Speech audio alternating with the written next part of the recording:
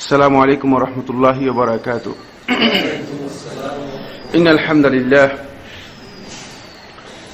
لله نحمده ونستعينه ونستغفره ونؤمن به ونتوكل عليه ونثني عليه الخير كله ونعوذ بالله من شرور أنفسنا ومن سيئات أعمالنا من يهده الله فلا مضل له ومن يضلل فلا هادي له وأشهد أن لا إله إلا الله وحده لا شريك له وأشهد أن محمدا عبد الله ورسوله الذي أرسله الله بالحق بشيرا ونذيرا وداعيا إلى الله بإذنه وسراجا منيرا. أما بعد، يقول الله سبحانه وتعالى: الذين يبلغون رسالات الله ويخشونه ولا يخشون أحدا إلا الله. সম্মানিত উপস্থিতি, শুরুতে আল্লাহ রাব্বুল আলামিনের অসংখ্য শুকরগুজার হচ্ছি যে মহান রাব্বুল ইজ্জত ওয়াল জালাল অত্যন্ত মেহেরবানি করে আমাদেরকে ইয়ামুল জুমার এই দিনে গুরুত্বপূর্ণ একটি দ্বীনি মজলিসে একত্রিত হওয়ার তৌফিক দিয়েছেন। এজন্য আল্লাহ রাব্বুল আলামিনের শুকরিয়া আদায় করি, আলহামদুলিল্লাহ।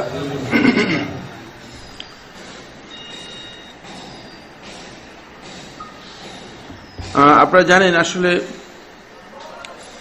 দীর্ঘদিন থেকে আমরা অত্যন্ত গুরুত্বপূর্ণ একটি বিষয় নিয়ে আলোচনা শুরু করে আসছিলাম। সেটি হচ্ছে আহলে সুন্নাত ওয়াল জামাতের পরিচিতির উপর, যে কিভাবে আহলে সুন্নাত ওয়াল জামাতের পরিচয় আমরা লাভ করতে পারব। সেক্ষেত্রে সর্বশেষ যে পয়েন্টটি নিয়ে আমরা আলোচনা শুরু করেছি সেটি হচ্ছে 12 নম্বর পয়েন্ট। আহলে সুন্নাত ওয়াল জামাত মূলত ইজতিহাদকে গ্রহণ করেন এবং আলেমদের ইজতিহাদকে তারা মনে করে থাকেন যে এক্ষেত্রে যদি কোনো কারণে ভুল হয়ে যায় এটি ক্ষমার যোগ্য, কিন্তু সেই ইজতিহাদটুকু দ্বীনের যেই উসুল রয়েছে, উসুলের ক্ষেত্রে মৌলিক যে বিষয়গুলো রয়েছে সেগুলোর ক্ষেত্রে নয়। সেগুলো হচ্ছে দ্বীনের যে সমস্ত বিষয়গুলো মানে মৌলিকভাবে আলোচিত হয়নি বা মৌলিকভাবে আসেনি, যেগুলো বিভিন্ন শাখা প্রশাখা বা বিভিন্ন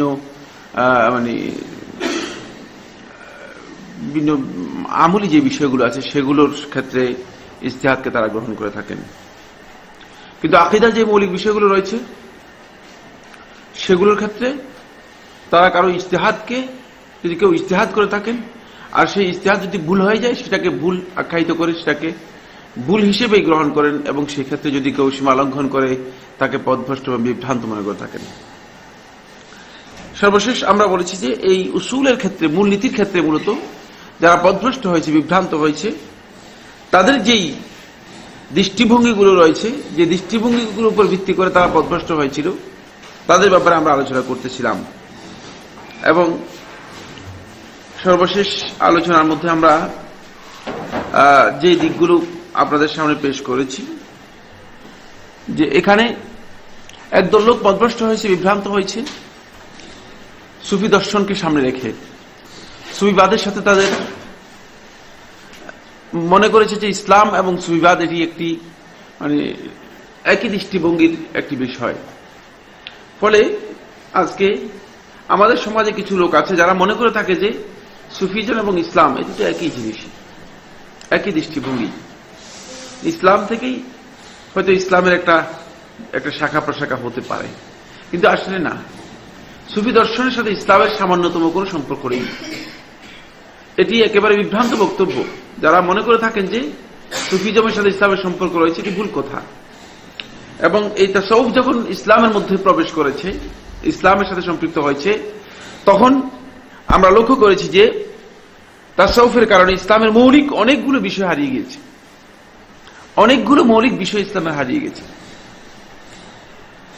আত্মশুদ্ধির যে দৃষ্টিভঙ্গি মুহাম্মদ রাসূলুল্লাহ সাল্লাল্লাহু আলাইহি ওয়াসাল্লাম দিয়েছিলেন, সেই দৃষ্টিভঙ্গি এখন আমাদের কাছে নাই বললেই চলে। আত্মশুদ্ধি কিভাবে সম্ভব, এর সহি ধারা কোনটি, আমরা বিশুদ্ধভাবে কোন পন্থায় সত্যিকার আত্মশুদ্ধি করতে পারবো, এ বক্তব্য এখন আপনি মোটে পাবেনই না। কারণ হচ্ছে সুফিজম এসে সুফি চিন্তাধারার মাধ্যমে আত্মশুদ্ধির নামে এখন নতুন কিছু আমাদেরকে পদ্ধতি দিয়েছে। সেই পদ্ধতির মাধ্যমে আমরা আত্মশুদ্ধির চর্চা করে যাচ্ছি, আমরা মনে করি যে এর মাধ্যমে আত্মশুদ্ধি সম্ভব। এখানে আরেকটি গুরুত্বপূর্ণ পয়েন্ট রয়েছে, সেটি হল ইলমুল কালামের আবির্ভাব। এটি আমাদের সমাজের লোকদের অনেকের কাছেই আপনি দেখবেন যে তারা মনে করে থাকে যে ইলমুল কালাম হচ্ছে এটা ইসলামের একটা গুরুত্বপূর্ণ জ্ঞান, এবং এই জ্ঞান যদি কোনো ব্যক্তি অর্জন না করে তাহলে সেই সত্যিকার মৌলিক ইসলামের একটি জ্ঞান অর্জন করতে পারলো না। এটি গলত কথা।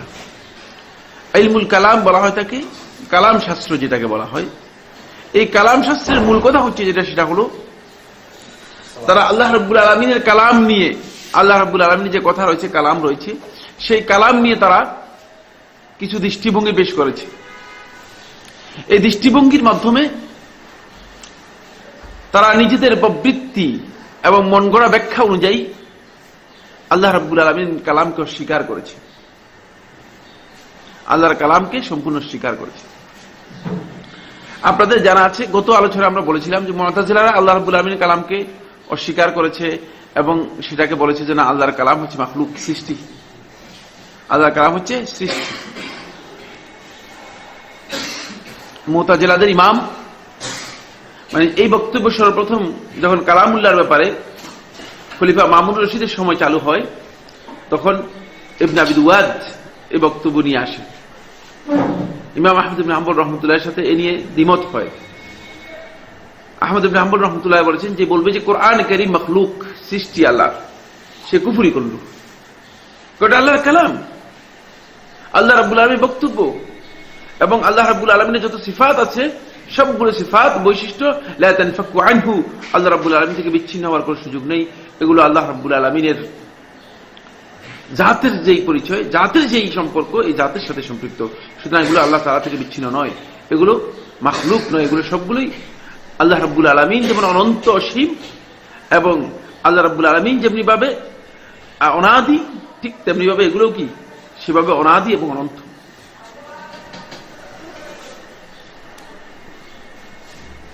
ইবনে আবি দুআদের এই বক্তব্য যখন সে দিল, তুলে ধরল, তখন শেষ পর্যন্ত গ্রামের এক সাধারণ মূর্খ লোকের কাছে পরাজিত হল। এক সাধারণ পাবলিক এসে বলল যে ইবনে আবি দুআদ, তুমি যে বক্তব্য নিয়ে এসেছো যে কোরআন মাখলুক, তুমি যে বলেছো কোরআন আল্লাহর সৃষ্টি, এই যে বক্তব্য নিয়ে এসেছো, তুমি কি আমাকে বলবে এই বক্তব্য আল্লাহ রাব্বুল আলামিন নাজিল করেছেন না তুমি আবিষ্কার করেছো? এখন বিপাকের মধ্যে পড়লো। যদি বলে যে আমি আবিষ্কার করেছি তাহলে তো বাদ পড়ে যাবে, আর যদি বলে যে আল্লাহ তাআলা নাজিল করেছেন তাহলে তো কোরআনের মধ্যে দেখাতে হবে। বিপদের মধ্যে পড়ে গেল, কোন উত্তর দিতে পারে না। বলে ঠিক আছে, তুমি বলো দেখি, তুমি যে বক্তব্য নিয়ে এসেছো, যে কথা বলছো, এটা কি রাসূল সাল্লাল্লাহু আলাইহি ওয়াসাল্লাম জানতেন নাকি জানতেন না?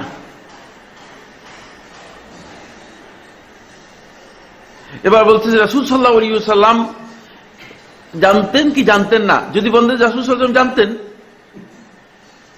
তাহলে রাসূল সাল্লাল্লাহু আলাইহি ওয়াসাল্লাম কাকে জানিয়েছেন? এই প্রশ্নের উত্তর দিতে পারবে না। বললে যে হ্যাঁ রাসূল সাল্লাল্লাহু আলাইহি ওয়াসাল্লাম জানতেন, তখন তিনি বলে তাহলে তুমি বলো রাসূলুল্লাহ সাল্লাল্লাহু আলাইহি ওয়াসাল্লাম তার এই সাহাবীদের এই বিশাল একটি গ্রুপ ছিল, এই গ্রুপের মধ্যে কোন সাহাবীকে রাসূল সাল্লাল্লাহু আলাইহি ওয়াসাল্লাম এই বক্তব্য দিয়েছেন? কোন সাহাবী বলেছে যে কোরআন মাখলুক? এই কথা কোন সাহাবী বলেছেন? তখন বলছে না, রাসূল সাল্লাল্লাহু আলাইহি ওয়াসাল্লাম জানতেন না। বলে রাসূল সাল্লাল্লাহু আলাইহি ওয়াসাল্লাম জানতেন না, এমন বক্তব্য নিয়ে এসে কেন মানুষদেরকে পথভ্রষ্ট এবং বিভ্রান্ত করতেছে? আমাদের দরকার নেই। রাসূলুল্লাহ সাল্লাল্লাহু আলাইহি ওয়াসাল্লাম যেটা জানতেন না সেটা নিয়ে মানুষদেরকে পথভ্রষ্ট করা, সেটা ইসলামের মধ্যে দাখিল করা এবং ইসলামের অংশ হিসেবে মনে করা, এর কোনো দরকার আমাদের নেই। ঠিক এমন একটি বক্তব্য হচ্ছে ইলমুল কালাম। যদি আপনি যারা ইলমুল কালামের আজকে চর্চা করছে, কালাম শাস্ত্র নামে যে বক্তব্য দিচ্ছে, তাদেরকে আপনি প্রশ্ন করেন, এই প্রশ্নের উত্তর তারা দিতে পারবে না। এটা দ্বীনের মধ্যে এত গুরুত্বপূর্ণ ইলম, এত গুরুত্বপূর্ণ জ্ঞান, তাহলে রাসূলুল্লাহ সাল্লাল্লাহু আলাইহি ওয়াসাল্লাম নিজেও জানতেন না, সাহাবীদেরকে শিক্ষা দিলেন না, এমন জ্ঞানের আমাদের কোনো প্রয়োজন আছে কিনা? কোনো প্রয়োজন নেই। কারণ আমরা আল্লাহ রাব্বুল আলামিনের জান্নাতে যেতে চাই, আমরা মহাপণ্ডিত হতে চাই না। মহাপণ্ডিত হওয়ার আমাদের কোনো প্রয়োজন নেই। এই পাণ্ডিত্যের মধ্যে কোন ধরনের ফায়দা নেই যে পাণ্ডিত্য আমাকে আল্লাহর জান্নাত থেকে মাহরুম করে দিবে, হেদায়েত থেকে মাহরুম করে দিবে, আর আমি মনে করব যে আমি পণ্ডিত হয়েছি। আপনাদের কোনো প্রয়োজন আছে কিনা? আমি কোনো প্রয়োজন মনে করি না। আমি ব্যক্তিগতভাবে কোনো প্রয়োজন মনে করি না। যে ইলমের মধ্যে হেদায়েত নেই সেই ইলম না। এই জন্য আল্লাহ রাসূল সাল্লাল্লাহু আলাইহি ওয়াসাল্লাম যখন দোয়া করতেন, আল্লাহ রাব্বুল আলামিনের কাছে ইলমান নাফিআ, এমন জ্ঞান আমাকে দান করো যে জ্ঞান আমার জন্য উপকারী, যে জ্ঞানের মধ্যে ফায়দা রয়েছে, যে জ্ঞানের মাধ্যমে আমি নিজে উপকৃত হতে পারবো এবং অন্যকে উপকার দিতে পারবো।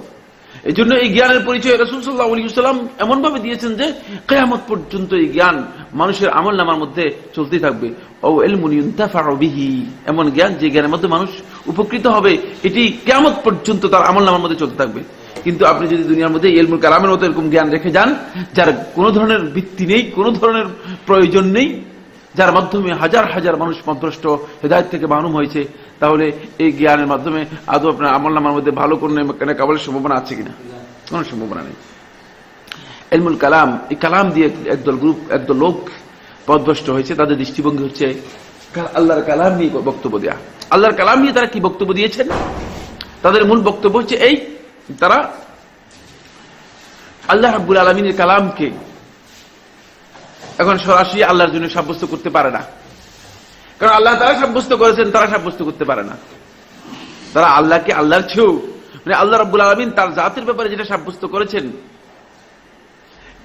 এটি আল্লাহ রাব্বুল আলামিনের জন্য সবচেয়ে বড় পবিত্রতা এবং সবচেয়ে বড় আল্লাহ রাব্বুল আলামিনের জন্য মানে বড় বৈশিষ্ট্য, যেটা আল্লাহ তারা সাব্যস্ত করেছেন। হাত্তা ইয়াসমা কালাম আল্লাহ, যাতে করে তারা আল্লাহর কালাম শুনতে পারে। এই কোরআনকে আল্লাহ রাব্বুল আলামিন তার কালাম হিসেবে আখ্যায়িত করেছেন। আল্লাহ রাব্বুল আলামিন তার কালামের কথা কোরআনের মাধ্যমে সাব্যস্ত করেছেন। এখন এই দল লোক বলছে যে আল্লাহ রাব্বুল আলামিনের কালাম সাব্যস্ত করলে আল্লাহ তাআলার পবিত্রতা নষ্ট হয়ে যাবে। আপনারা কি মনে করেন নষ্ট হবে? আরে আল্লাহ তাআলার কালাম সাব্যস্ত করলে পবিত্রতা নষ্ট হয়ে যাবে? নাউযুবিল্লাহ। কি বক্তব্য চিন্তা করেছেন? ফলে একটি দৃষ্টিভঙ্গির লোক রয়েছে, তারা আল্লাহ রাব্বুল আলামিনের কালামকে সাব্যস্ত করে না। আহলে সুন্নাত ওয়াল জামাত ছাড়া আর বাকি সমস্ত ফিরকার লোকেরা, সেই মাতুরিদি, আশআরী এবং দেওবন্দি ফিরকার লোকেরা সবাই মূলত আল্লাহ রাব্বুল আলামিন কালামকে অস্বীকার করে। তো এখন অস্বীকার করে এখন আল্লাহ তাআলা কালাম বলছেন, কোরআনের মধ্যে কালাম বলছেন, তাহলে এটাকে কি বলবেন আপনি? তখন তারা একটা ব্যাখ্যা দেয়, বলে যে আল্লাহ রাব্বুল আলামিনের এই যে কোরআন দেখতে পাচ্ছেন, এই কোরআনটা হচ্ছে ইবারাতুন আন কালামিল্লাহ। এই কোরআনটা আল্লাহর কালাম নয়। তো কি তাহলে আল্লাহর কালাম না হলে কি? বলছে ইবারাতুন আন কালামিল্লাহ, এটি আল্লাহর কালামের একটা এক্সপ্রেস বিবরণ। মানে বলে আল্লাহ রাব্বুল আলামিনের কালামটা তাহলে কি জিনিস? মানে আল্লাহ রাব্বুল আলামিনের কালামের একটা বিবরণ। এই বিবরণটা ইন কানাত বিল আরাবিয়্যাতি ফাকুরআনুন ওয়া ইন কানাত বিসুরিয়ানিয়্যাতি ফাইনজিলুন ওয়া ইন কানাত বিল ইব্রিয়্যাতি ফাতাওরাতুন। তাদের বক্তব্য, তারা বলছে যে যদি এটা আরবিতে হয় তাহলে এটার নাম হচ্ছে কোরআন, আর যদি এটা সুরিয়ানি ভাষা হয় তাহলে এটার নাম হচ্ছে ইনজিল, আর যদি এটা ইব্রানি ভাষা হয় এটার নাম হচ্ছে তাওরাত। হেদায়েতের কোনো লক্ষণ দেখি না। কোন দরকার আমাদের আছে কিনা এই বক্তব্যগুলোর মধ্যে? আল্লাহ রাব্বুল আলামিনের কালামকে অস্বীকার করার জন্য বলে যে এটা আল্লাহ রাব্বুল আলামিনের কালামের একটা বিবরণ। এবার আল্লাহর কালামকে এভাবে আল্লাহ তাআলা পেশ করেছেন, তাহলে আল্লাহর কালাম কোনটা? এবার বলতে আল্লাহর কালামের পরিচয় হচ্ছে তাদের বক্তব্য অনুযায়ী হুয়াল কালামুন নাফসি। এটা আল্লাহ রাব্বুল আলামিন কথা বলেন নাই, এটা আল্লাহ রাব্বুল আলামিনের অন্তরের মধ্যে যে ভাবটুকু উদ্রেক হয়েছে এটার নাম হচ্ছে আল কালামুন নাফসি। এটাই বুঝাইছেন আল্লাহ তাআলা। নাউযুবিল্লাহি মিন যালিক। তো আল্লাহ রাব্বুল আলামিনের অন্তরের মধ্যে কি উদ্রেক হয়েছে কিভাবে আপনি বুঝলেন? কিভাবে এটা ওহী করলেন? কিভাবে করলেন? আল কালামুন নাফসি, কালামুন নাফসি তাদের কাছে হচ্ছে হুয়াল কাইম মা'নান কাইম ফি যাতিল্লাহি সুবহানাহু ওয়া তাআলা।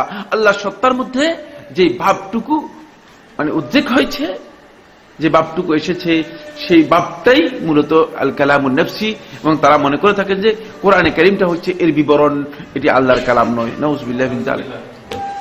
আর এটি সাব্যস্ত করার জন্য একটা ইলম তৈরি করেছে, একটা জ্ঞান, অনেক কথা।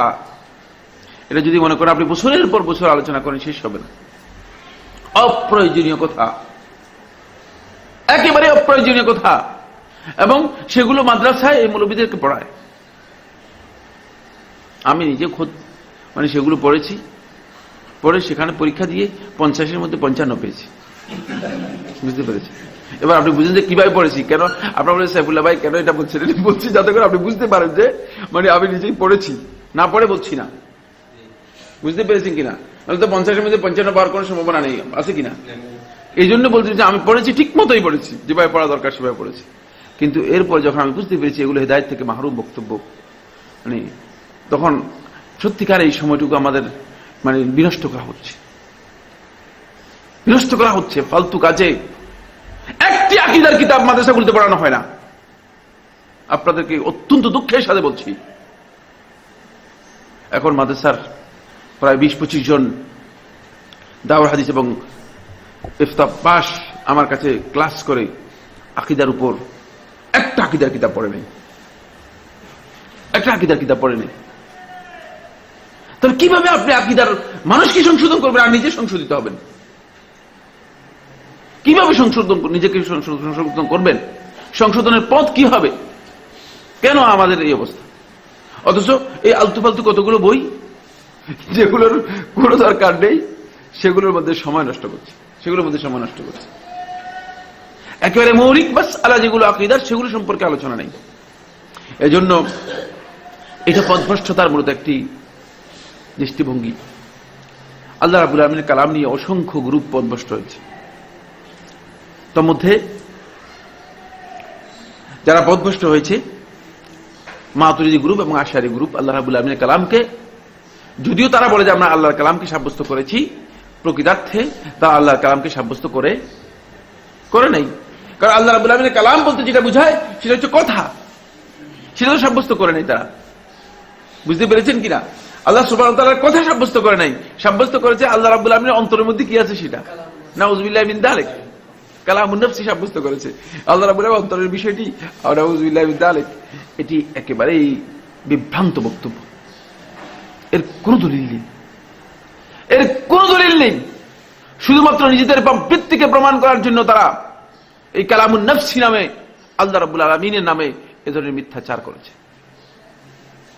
ওয়ান তাকুলু আল্লাহি মা লা তাফআলুন, ওয়ান তাকুলু আল্লাহি মা লা তা'লামুন। তোমরা আল্লাহর উপর এমন কথা বলে দিচ্ছ যেগুলো তোমরা নিজেরাও জানো না। কি বলে দিচ্ছ? আন্দাজের উপর কথা আল্লাহর উপর চালিয়ে দিচ্ছে আর মনে করতেছে এটা আল্লাহর কথা। এরপরে 8 নম্বর যে পয়েন্টে পথভ্রষ্ট হয়েছে লোকরা, সেটি হচ্ছে তাউইল। নাউযুবিল্লাহি মিন যালিক।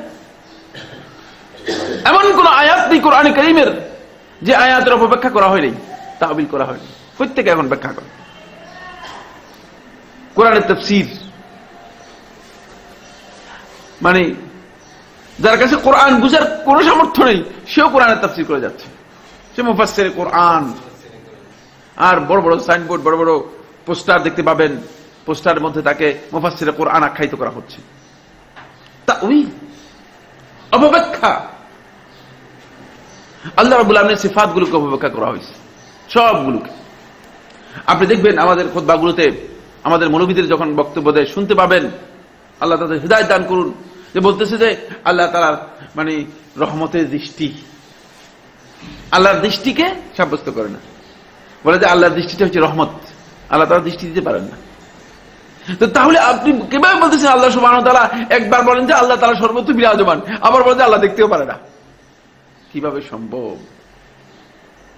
আপনি মৌলবীকে জিজ্ঞেস করেন, বলে ভাই আল্লাহ কি সর্বত্র বিরাজমান? বলছে হ্যাঁ সর্বত্র বিরাজমান। তো সর্বত্র বিরাজমান হলে আল্লাহর দৃষ্টি আছে কিনা? বলছে না, আল্লাহ তাআলার দৃষ্টি নেই, আল্লাহ তাআলার দৃষ্টি হচ্ছে রহমত।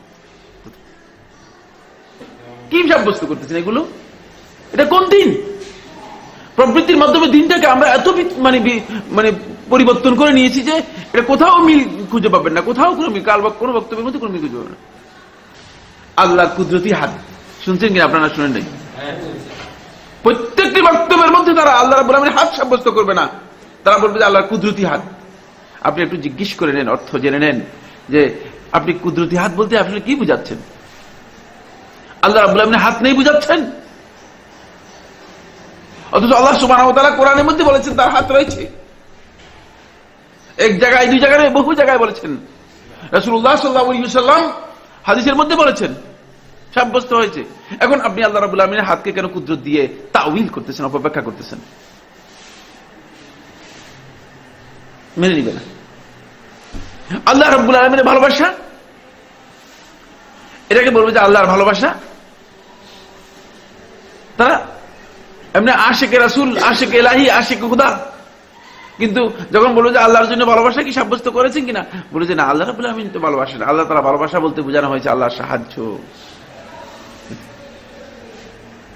সব সিফাতগুলোকে তাওয়িল করেছে। কোরআনে কারীমের অনেকগুলো আয়াতকে তাওয়িল করেছে, যেখানে নিজেদের প্রবৃত্তির স্থান যেখানে, সেখানে গিয়ে তাওয়িল করেছে কোরআনকে। ওয়া'বুদ রাব্বাকা হাত্তা ইয়াতিয়াকাল ইয়াকিন, যে তুমি তোমার প্রতিপালকের রব ইবাদত করো, হাত্তা ইয়াতিয়াকাল ইয়াকিন, ইয়াকিন আসা পর্যন্ত। বলছে যে ইয়াকিন আমাদের এসে গিয়েছে, আমাদের আর ইবাদতের দরকার নেই। তাওয়িল করে কোরআনকে এভাবে, কোরআনের প্রায় প্রত্যেকটি আয়াতকে নিজেদের প্রবৃত্তি অনুযায়ী ব্যাখ্যা দিয়ে তাওয়িল করে কোরআনে যে প্রকৃত যে ব্যাখ্যা আছে সেই ব্যাখ্যাটাকে কি করেছে, সম্পূর্ণরূপে অস্বীকার করেছে, আল্লাহর কালামকে অস্বীকার করেছে। আমি একদিন এখানে যেই 6 নম্বর সেক্টরে যে মসজিদ রয়েছে, এই মসজিদের মধ্যে জুমার খুতবা দিলাম। জুমার খুতবার মধ্যে আল্লাহ রাসূল সাল্লাল্লাহু আলাইহি ওয়াসাল্লামের অত্যন্ত গুরুত্বপূর্ণ একটি হাদিস, সেটা হলো মসজিদের মধ্যে যখন কোনো ব্যক্তি প্রবেশ করবে তখন 2 রাকাত তাহিয়াতুল মসজিদ সালাত আদায় করবে।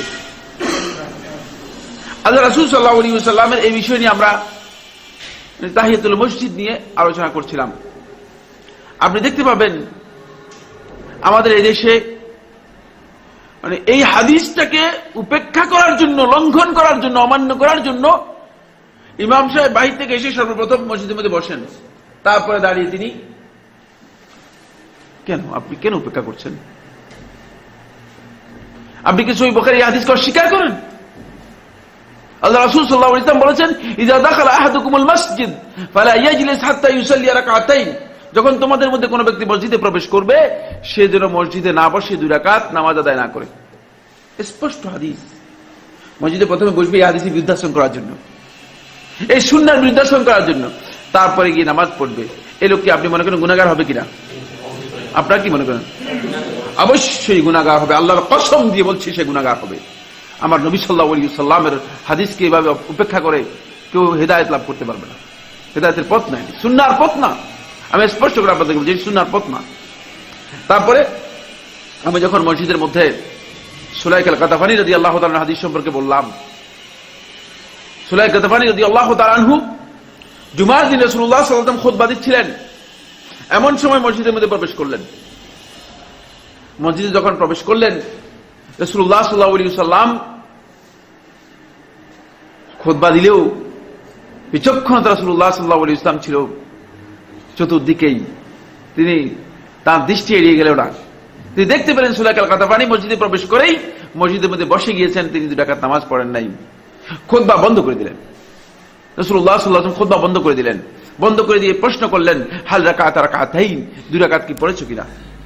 ক্বালা লা ইয়া রাসূলুল্লাহ, বললেন হে আল্লাহর রাসূল সাল্লাল্লাহু আলাইহি ওয়াসাল্লাম, না 2 রাকাত পড়িনি।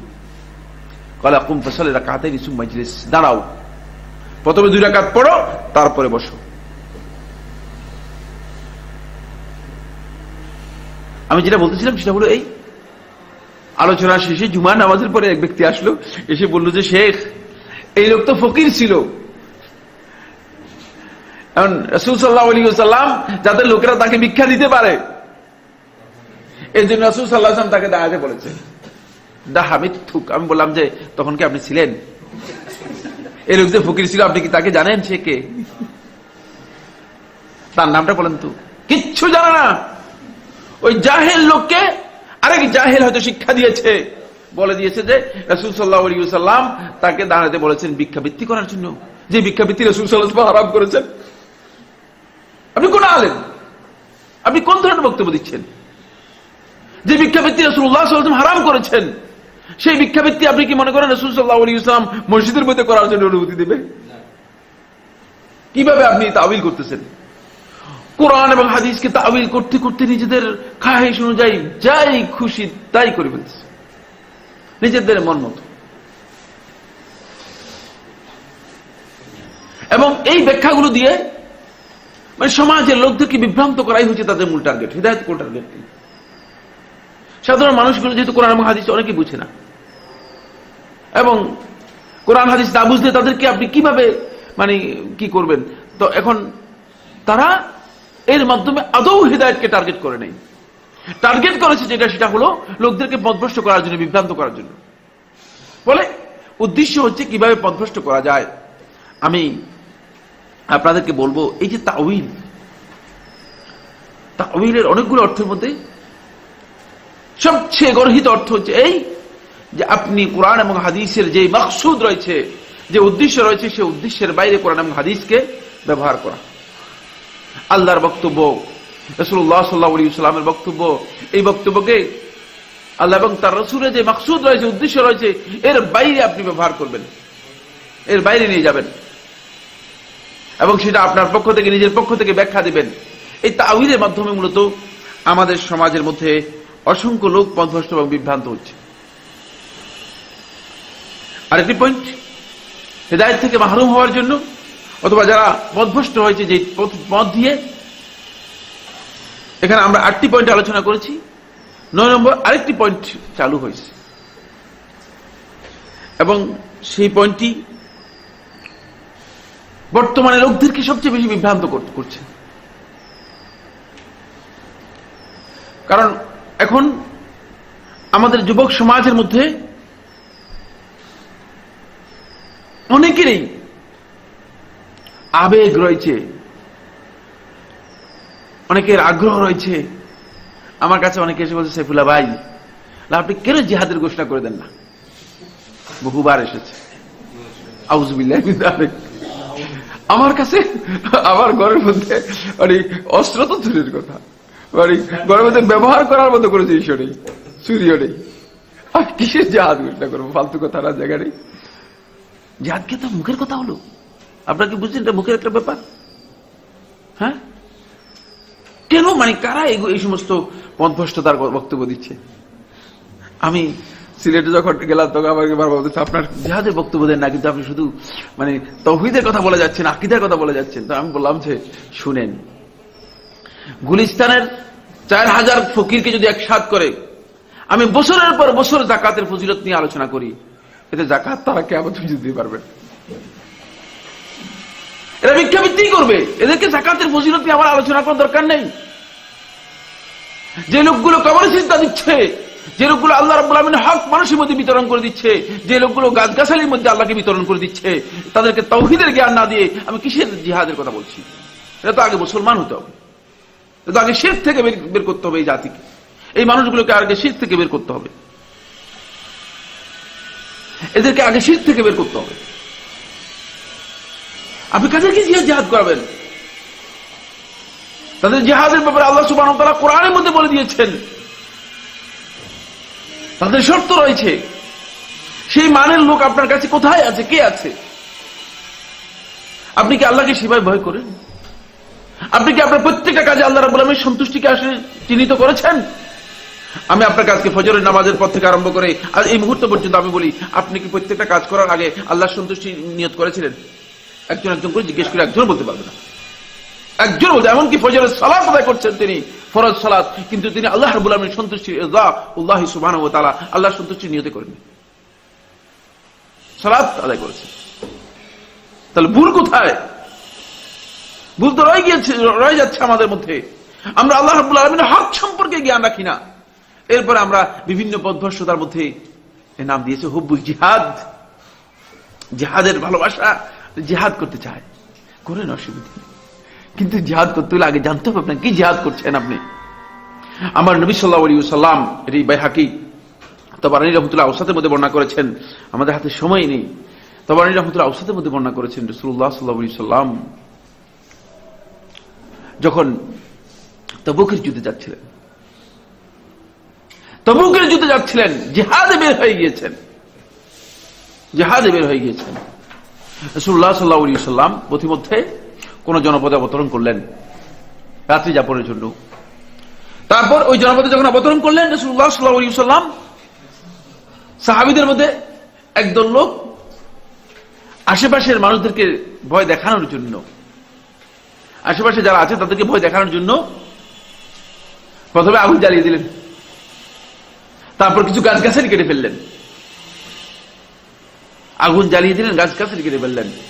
রাসূলুল্লাহ সাল্লাল্লাহু আলাইহি ওয়াসাল্লাম খবর দেয়া হলো, রাসূলুল্লাহ সাল্লাল্লাহু আলাইহি ওয়াসাল্লাম বললেন এরা আল্লাহর রাস্তায় জিহাদ করে নাই, অথচ এরা জিহাদেই বেরিয়ে এসেছে। শুধু বেরিয়ে এসেছে তা নয়, বরং রাসূলুল্লাহ সাল্লাল্লাহু আলাইহি ওয়াসাল্লামের সাথেই বেরিয়ে এসেছে। তারপর রাসূলুল্লাহ সাল্লাল্লাহু আলাইহি ওয়াসাল্লাম বলছেন যে এরা আল্লাহর রাস্তায় জিহাদ করে। সহজ নয়, জানতে হবে। আলেমদের কাছ থেকে হিদায়াত না নিয়ে যদি জাহেলদের কাছ থেকে কেউ হিদায়াত নেয়, আমি আল্লাহর কসম দিয়ে বলছি সে হিদায়াত থেকে মাহরুম হয়ে যাবে, সে হিদায়াত থেকে মাহরুম হয়ে যাবে। এটি কঠিন বিষয়, সহজ বিষয় না। এগুলো আপনাদের না জেনে আন্দাজে এগুলো চলবে না। একদল লোক এসে আপনাকে বুঝিয়ে দিল, আপনি হুট করে জিহাদের মধ্যে চলে গেলেন। কিসের জিহাদের মধ্যে আপনি চলে গেলেন? কে আপনাকে বলছে এটা জিহাদ? আপনি আদৌ কি জানেন কিনা কোন আলেম এই জিহাদের ফতোয়া দিয়েছে কিনা, এটাকে জিহাদ বলছেন কিনা, নাকি এমনি আপনি আন্দাজের উপর, আপনার খাহিশের উপর চলে যাচ্ছেন? আজকে মুসলিম উম্মাহ সবচেয়ে বেশি এই ক্ষেত্রে সবচেয়ে বেশি বিপর্যস্ত হচ্ছে। এটি বর্তমান যে সমস্ত বিভ্রান্তি রয়েছে, বিভ্রান্তির চূড়ান্ত পথ হচ্ছে জিহাদের নাম দিয়ে মূলত আসলে যেগুলো জিহাদ নয়, যেগুলো সত্যিকার অর্থে জিহাদ নয়, সেগুলোর মধ্যে আমাদের যুবকদেরকে সেগুলোর মধ্যে ইনভলভ করে দিচ্ছে। অথচ এই যুবকরা কোরআন হাদিসের কিছুই পড়ে না, কোরআনটা ভালো করে পড়তে পারে না, কোরআনের অর্থ ভালো করে বুঝে না, রাসূলুল্লাহ সাল্লাল্লাহু আলাইহি ওয়াসাল্লাম হাদিসগুলো পড়ে না। তাদেরকে এইভাবে পথভ্রষ্ট করছেন কেন? তাদেরকে প্রথম যে কাজ আছে সেই কাজে তো আপনি নিয়োগ দেন নাই। ফলে তারা না বুঝে মূলত আন্দাজের উপর কাজ করে যাচ্ছে। এবং এটি বর্তমান সমাজে সবচেয়ে বেশি কিছু সংখ্যক লোক আছে, তাদের ধারণা হচ্ছে যে রাসূলুল্লাহ সাল্লাল্লাহু আলাইহি ওয়াসাল্লাম জিহাদের উপর ফজিলতের কথা বলেছেন, আর দৌড় দিয়ে গিয়ে যদি আপনি কোনো কারণে পানির মধ্যে পড়ে গিয়ে মারা যান, তাহলে আপনি মুজাহিদ হয়ে মারা গেলেন, শহীদ হয়ে গেলেন। কারণ যে দেশে হিন্দু শহীদ পর্যন্ত পাওয়া যায়, এখানে শহীদ হওয়া খুব কঠিন কাজ না, ঠিক কিনা? যে আল্লাহ রাব্বুল আলামিনকে স্বীকার করে নাই, আল্লাহ রাব্বুল আলামিনের সাথে শিরক করেছে এমন ব্যক্তিকে আপনি শহীদ বলতেছেন, যে সারা মানুষের হকগুলো ধ্বংস করে, নষ্ট করে, মানুষের অধিকার ধ্বংস করেছে। অধিকার ধ্বংস করার কারণে মানুষ তার অত্যাচার অধিষ্ঠিত হয়, কিছু সংখ্যক লোক নিজেদের জীবন বিপন্ন করে হয়তো তাকে হত্যা করে ফেলেছে, তাকে আপনি শহীদ বলতেছেন। নাউযুবিল্লাহি মিন যালিক। তাহলে আপনি কে? আপনি কিসের শহীদ এগুলো বলতেছেন? কিসের শহীদ? এগুলো কোথায় গিয়ে শহীদ হয়েছে? এদের কি পরিচয় দিচ্ছেন আপনি? এগুলো শুদ্ধ নয়। এজন্য এখানে বড় বিভ্রান্তি তৈরি হয়েছে। এবং আমাদের যুবকদেরকে, আমার কাছে মহিলারা পর্যন্ত এসেছে, এসে বেরিয়ে যাওয়ার জন্য। যে কোথায় বেরিয়ে যাবে? কে আপনাকে বলেছে বেরিয়ে যাওয়ার জন্য? রাসূলুল্লাহ সাল্লাল্লাহু আলাইহি ওয়াসাল্লাম মহিলাদেরকে ঘরে রেখে তারপরে তিনি জিহাদে গিয়েছেন, আর আপনি এগুলো কি বলতেছেন? আপনাকে এই সমস্ত কথা বলছে কে? কে এই দিন আপনাকে শিখালো? বুঝতে পেরেছেন? ফলে এই বিভ্রান্তি থেকে আমাদেরকে বাঁচতে হবে। আহলে সুন্নাত ওয়াল জামাত আমরা জিহাদকে স্বীকার করি। জিহাদ ইসলামের সবচেয়ে ওয়াজারওয়াতু সানামিহিল জিহাদ। রাসূলুল্লাহ সাল্লাল্লাহু আলাইহি ওয়াসাল্লাম আবু দাউদ হাদিসের মধ্যে বলেছেন, ইসলামের সর্বোচ্চ শৃঙ্গ হচ্ছে জিহাদ। এর কোনো সন্দেহ নেই। এবং জিহাদের যেই ইসলামের গুরুত্ব রয়েছে, ইসলামের মধ্যে গুরুত্ব রয়েছে, এতেও কোনো সন্দেহ নেই। যে সমাজের মধ্যে জিহাদ থাকবে না, বা যেই মুসলিম সমাজ সত্যিকারভাবে জিহাদ থেকে মাহরুম হবে, তারা সত্যিকার বিপর্যস্ত হবে, ক্ষতিগ্রস্ত হবে। দুশমন তাদের উপর আগ্রাসন চালাবে, আগ্রাসিত হবে দুশমনের মাধ্যমে, এতেও কোনো সন্দেহ নেই। কিন্তু তার পাশাপাশি আপনাকে জানতে হবে যে আপনি আসলে জিহাদ করার মতো কতটুকু সামর্থ্য আপনার কাছে রয়েছে, সেটা আপনাকে কি করতে হবে? জানতে হবে আপনি আসলে কিসের জিহাদ করছেন, নাকি আপনি ফিতনার মধ্যে পড়ে যাচ্ছেন। আপনি জিহাদ করছেন নাকি ফিতনার মধ্যে পড়ে যাচ্ছেন, সেটা আপনাকে জানতে হবে। এই জন্য আমাদেরকে সেখানে সতর্ক থাকতে হবে। তাই এই আলোচনা থেকে আমি দুটি পয়েন্ট আপনাদের সামনে পেশ করতে চাই। একটি পয়েন্ট হচ্ছে সালফে সালেহীন মূলত ইসলামের যে মৌলিক বিষয়গুলো রয়েছে এই বিষয়গুলোকে দুভাবে ভাগ করেছেন। একটাকে তারা বলে থাকেন উসুল, আর একটাকে বলে থাকেন ফুরু। উসুল এবং ফুরু দুভাগে ভাগ করেছেন। উসুল কাকে বলা হয় থাকে আর ফুরু কাকে বলা হয় থাকে? উসুল বলা হয় থাকে যেই সমস্ত বিষয়ে কোরআন এবং সুন্নাহর সরাসরি নির্দেশনা রয়েছে সেগুলো হচ্ছে উসুল। বুঝতে পেরেছেন কিনা? কেউ কেউ উসুলের ব্যাখ্যা দিয়ে থাকেন যে আকীদাগত বিষয় হচ্ছে উসুল। না, আকীদাগত বিষয়ে শুধু আকীদাগত বিষয়ে উসুল না। উসুল হচ্ছে যে সমস্ত বিষয়ে কোরআন এবং সুন্নাহর সুস্পষ্ট নির্দেশনা রয়ে গেছে, দলিল রয়ে গেছে, সেগুলো হচ্ছে উসুল। সেটা আকীদা হতে পারে, আকীদা ছাড়াও হতে পারে। যেমন কেউ যদি সালাত না আদায় না করে থাকে তাহলে সে কি উসুল নষ্ট করলো নাকি ফুরু নষ্ট করলো? উসুল, এটা উসুল। আর ফুরু হচ্ছে যে সমস্ত বিষয়ে কোরআন এবং সুন্নাহর সুস্পষ্ট কোনো নির্দেশনা দেওয়া হয়নি, সুস্পষ্ট বক্তব্য আসেনি, কোরআন এবং সুন্নাহ থেকে উলামায়ে কেরাম ইজতিহাদ করে এই বিষয়গুলো সম্পর্কে বক্তব্য বের করেছেন গবেষণার মাধ্যমে। এগুলো হচ্ছে ফুরু। এই সমস্ত বিষয় মূলত ইজতিহাদ উলামায়ে কেরাম ইসলামী শরিয়ার দৃষ্টিভঙ্গি অনুযায়ী বৈধ মনে করতেন। এবং এই ক্ষেত্রে রাসূলুল্লাহ সাল্লাল্লাহু আলাইহি ওয়াসাল্লামের নির্দেশনা হচ্ছে, যদি কোনো ব্যক্তি ইজতিহাদ আল হাকিম, যদি কোনো হাকিম, কোন শাসক, কোন বিচারক যদি গবেষণা করে, ইজতিহাদ করে, ফাআসাব, যদি এরপরে সে শুদ্ধ করে, ফালাহু আজরান, তাহলে সে দুটো প্রতিদান পাবে। একটা হচ্ছে আজরুল ইজতিহাদ, ইজতিহাদের জন্য প্রতিদান, আর একটা হচ্ছে আজরুল লিসসাওয়াব, লিলউসুল ইলা সাওয়াব, সঠিক পন্থা লাভ করার কারণে সওয়াব পাবে। ওয়াইন আখতা, যদি ভুল করে, ফালাহু আজরুন ওয়াহিদ, তাহলে একটা সওয়াব পাবে। একটা সওয়াব ভুলের কারণে পাবে না, ইজতিহাদের কারণে পাবে। কথাগুলো বুঝেন, কিন্তু আবার অনেকে বলতে চাই ভুল করলেও ভুলের কারণে একটা সওয়াব, ভুলের কারণে আল্লাহ সুবহানাহু ওয়া তাআলা কাউকে সওয়াব দিবেন না, ভুল বুঝবেন না। বুঝতে পেরেছে কিনা? এই রহস্যের মধ্যে কিন্তু ভুল আছে। অনেকে ভুল বলে যে ভুল করলেও সওয়াব আছে, ওই হাদিস থেকে বোঝা যাচ্ছে যে ভুল করলে না।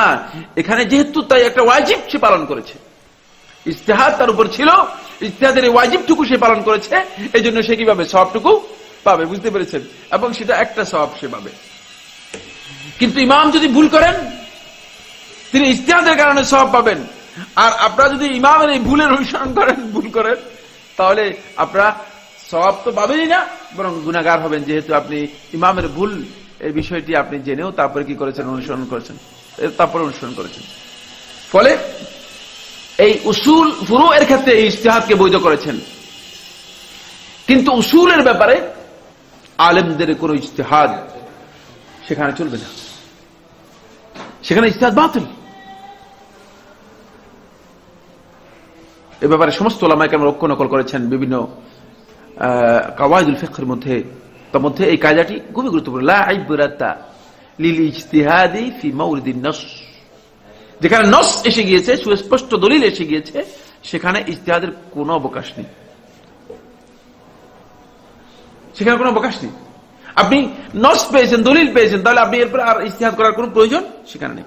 এই জন্য সালফে সালেহিনদের মধ্যে কেউ বলেছেন, ক্বালা বা'দু আহলিল ইলম ওয়াস সাহাবাতু বিহামদিল্লাহি তাআলা লাম ইখতালিফু বিমাসআলাতিন আকাইদিয়াতিন আবাদান। আকীদার কোন একটি মাসআলার ক্ষেত্রেও আল্লাহ রাসূল সাল্লাল্লাহু আলাইহি ওয়াসাল্লামের সাহাবীরা কোন সময় ইখতিলাফ করেননি। এখন কেউ কেউ প্রশ্ন করতে পারেন, বলেন না সাহেব, বলে ভাই আসলে তো ইখতিলাফ করেছে। যেমন আয়েশা রাদিয়াল্লাহু তাআলা ইখতিলাফ করেছেন ইবনে আব্বাস রাদিয়াল্লাহু তাআলার সাথে, ঠিক কিনা? ইখতিলাফ হয়েছে না? রাসূলুল্লাহ সাল্লাল্লাহু আলাইহি ওয়াসাল্লাম মেরাজে আল্লাহ রাব্বুল আলামিনকে দেখেছেন কি দেখেন নাই, এই মাসআলা নিয়ে ইখতিলাফ হয়েছে। তাহলে বোঝা গেল যে এটা আকীদার মাসআলা নাকি এটা আমলি মাসআলা? এটা আকীদার মাসআলা। আকীদার মাসআলা, এই মাসআলার মধ্যে বা এই ধরনের মাসআলার মধ্যে তারা যে ইখতিলাফটুকু করেছেন, সেই ইখতিলাফটুকু তাদের ইজতিহাদের মধ্যে অন্তর্ভুক্ত ছিল। কেন? যেহেতু এই ব্যাপারে তারা রাসূল সাল্লাল্লাহু আলাইহি ওয়াসাল্লামের কোন সুস্পষ্ট নস তাদের কাছে ছিল না, কোন সুস্পষ্ট নস রাসূল সাল্লাল্লাহু আলাইহি ওয়াসাল্লামের ছিল না। বুঝতে পেরেছেন কিনা? ফলে যেহেতু আয়েশা রাদিয়াল্লাহু তাআলার কাছে এতটুকু ইলম ছিল যে রাসূলুল্লাহ সাল্লাল্লাহু আলাইহি ওয়াসাল্লাম বলেন নাই, কখনো আয়েশা রাদিয়াল্লাহু তাআলাকে এই কথা বলেন নাই যে আমি মেরাজের রাত্রে আল্লাহ রাব্বুল আলামিনকে দেখেছি। মানে হাদাসাকানা মুহাম্মদ সাল্লাল্লাহু আলাইহি ওয়াসাল্লাম রাআ রাব্বাহু ফাকাদ কাযাব, যে তোমাকে এই হাদিস বললো বা এই কথা বললো যে মুহাম্মদ সাল্লাল্লাহু আলাইহি ওয়াসাল্লাম মেরাজের রাত্রে তার রব আল্লাহ রাব্বুল আলামিনকে দেখেছে, সে মিথ্যা বলেছে। যেহেতু আয়েশা রাদিয়াল্লাহু কাছে ইলম ছিল না, ঠিক আছে, এই জন্য আয়েশা রাদিয়াল্লাহু তার বক্তব্য দিয়েছেন। বুঝতে, তাকে যখন প্রশ্ন করা হয়েছে তখন তিনি তার বক্তব্য দিয়েছেন। আর আব্দুল্লাহ ইবনে আব্বাস রাদিয়াল্লাহু তাআলা আনহু রাসূল সাল্লাল্লাহু আলাইহি ওয়াসাল্লামের কাছ থেকে যেহেতু সরাসরি এই বিষয়ে তথ্য তার কাছে ছিল না, রাসূলুল্লাহ সাল্লাল্লাহু আলাইহি ওয়াসাল্লাম এর বক্তব্য, রাসূলুল্লাহ সাল্লাল্লাহু আলাইহি ওয়াসাল্লাম বলেছেন রাআইতু নূরা, আমি নূর দেখতে পেয়েছি। আব্দুল্লাহ ইবনে আব্বাস রাদিয়াল্লাহু তাআলা এখান থেকে বুঝতে পেরেছেন যে, মানে তিনি চিন্তা করেছেন যে আল্লাহ রাব্বুল আলামিনকে হয়তো তিনি দেখেছেন, এজন্য বলেছেন যে আন্না মুহাম্মাদান সাল্লাল্লাহু আলাইহি ওয়াসাল্লাম রাআ রাব্বাহু, মুহাম্মদ সাল্লাল্লাহু আলাইহি ওয়াসাল্লাম আল্লাহ রাব্বুল আলামিনকে দেখেছেন। এটি তাদের ইজতিহাদ ছিল, যেহেতু এই বিষয়ে সুস্পষ্ট রাসূলুল্লাহ সাল্লাল্লাহু আলাইহি ওয়াসাল্লামের কোন নাস, কোন সুস্পষ্ট হাদিস পাওয়া যায়নি। কিন্তু যদি কোন আকাইদি মৌলিক বিষয়ে আল্লাহ রাসূল সাল্লাল্লাহু আলাইহি ওয়াসাল্লামের সাহাবীদের কাছে সুস্পষ্ট নস পাওয়া যেত, তারা কোন অবস্থাতেই সেই নসকে গ্রহণ করতেন এবং সেটা নিয়ে বিতর্ক করতেন না, সেটা নিয়ে কি করতেন না, বিতর্ক করতেন না, বা সেখানে কোনো ইজতিহাদের অবকাশ নেই। এবং সেই যুগে যেমনি ভাবে ইজতিহাদের অবকাশ ছিল না, আজকের এই যুগেও সেটা ইজতিহাদের সুযোগ আজকের এই যুগেও নেই। আল্লাহু আলাম। আর কোন বিষয়ে আজকে আমরা আলোচনা করার সুযোগ পাচ্ছি না। জাযাকুমুল্লাহু খাইরান। কারো কোনো প্রশ্ন? শেষ, জি বলেন।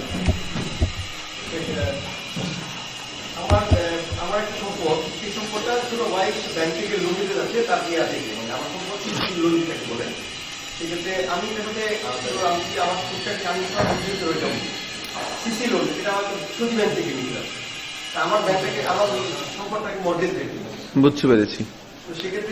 এটাকে উলামায়ে কেরাম জায়েজ বলেছেন, কিন্তু মানে উত্তম হচ্ছে আপনি মানে এই ধরনের কাজে নিজেকে সম্পৃক্ত না করা, এক্ষেত্রে তাকে সহযোগিতা না করা। যদি সেটা সুদভিত্তিক ব্যাংক হয়ে থাকে তাহলে সেক্ষেত্রে সহযোগিতা না করা। যেহেতু সুদের ক্ষেত্রে কিছুটা মানে আপনি সুদ গ্রহণ করেন না বা সুদের সাথে আপনার লেনদেন হয় না, কোনো সন্দেহ নেই, মানে বাকি মানে এর মধ্যে কিছুটা মানে বলা যায় যে সুদের সাথে সম্পৃক্ততা পাওয়া যায় দূর থেকে আর কি।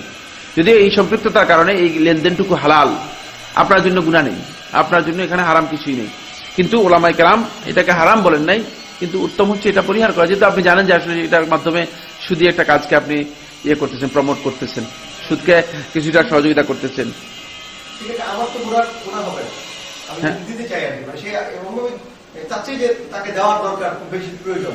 হ্যাঁ, না না না না না, সুদের জন্য সহযোগিতা করতে আপনি গুনাহগার হবেন না ইনশাআল্লাহ। গুনাহগার হতেন যদি আপনার কাছে টাকা থাকতো, আপনি দিতেন না। না না না, আপনি গুনাহগার হবেন না, আপনি গুনাহগার হবেন না, এর জন্য আপনি কোনো গুনাহগার হবেন না ইনশাআল্লাহ তাআলা। সুফিয়ানি বাদশাহ সম্পর্কে বলুন। আমি জানি না কিছু, কি বুঝাচ্ছেন, কে বলছেন এটা? এই প্রশ্নটা কে দিয়েছেন? সুফিয়ানি বাদশাহ মানে? হ্যাঁ,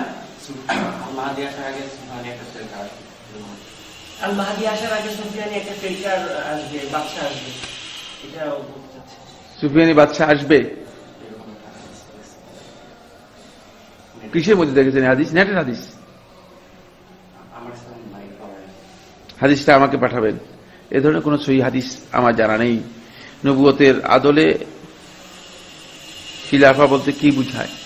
নবুয়তের আদলে খেলাফত বলতে বুঝায় যেটা, সেটা হলো নবী সাল্লাল্লাহু আলাইহি ওয়াসাল্লাম যেভাবে খেলাফতের মাধ্যমে আদল ইনসাফ কায়েম করেছিলেন, ঠিক সেভাবেই শাসন ব্যবস্থা প্রতিষ্ঠা করা। আর সেই শাসন ব্যবস্থা প্রতিষ্ঠা নবুয়তের আদলে বিভিন্ন সময় হতে পারে।